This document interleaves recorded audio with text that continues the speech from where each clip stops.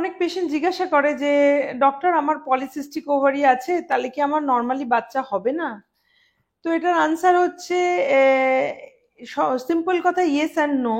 তো কারুর কারুর পলিসিস্টিক ওভারি আছে, কিন্তু তার কি কি সিমটম আছে দেখতে হবে। যারা পলিসিস্টিক ওভারি আছে, good control, body weight maintain করছো, ডক্টরের কথা শুনে কিছু ওষুধপত্র খাচ্ছ, পিরিয়ড রেগুলার আছে, হ্যাঁ, কেন প্রেগনেন্সি আসবে না? যদি তার টিউব খোলা থাকে, হাজব্যান্ডের কাউন্ট ঠিক থাকে, বাকি ফ্যাক্টরস ঠিক থাকে, অফকোর্স প্রেগনেন্সি আসতে পারে।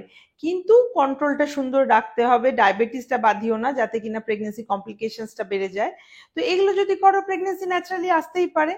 কাদের পলিসিস্টিক ওভারিতে প্রেগনেন্সি আসতে অসুবিধা হয়? যাদের নর্মালি মাসিক আসতে চায় না, শুধুমাত্র ওষুধ খেলে মাসিক হয়, তাকে আমরা বলি উইথড্রয়াল ব্লিডিং। সেই গ্রুপে কিন্তু ট্রিটমেন্ট লাগে, না হলে বাচ্চা আসছে না, কারণ মাসিক আসছে না, ডিমটাই ফুটছে না। তো সেই জন্য সেই গ্রুপের জন্য খালি আমরা বলি যে হ্যাঁ তোমার ট্রিটমেন্ট লাগবে, নর্মালি হচ্ছে না।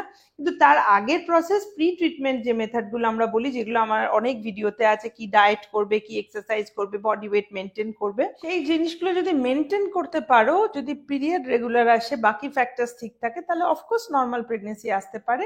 কিন্তু আবার প্রেগনেন্সি কমপ্লিকেশনস হতে পারে, সেই জন্য তোমার অবস্টেট্রিশিয়ান তোমাকে নিশ্চয়ই গাইড করবে যে how to maintain the good pregnancy, so that তোমার ফুল টার্ম একটা বেবি ডেলিভারি হতে পারে।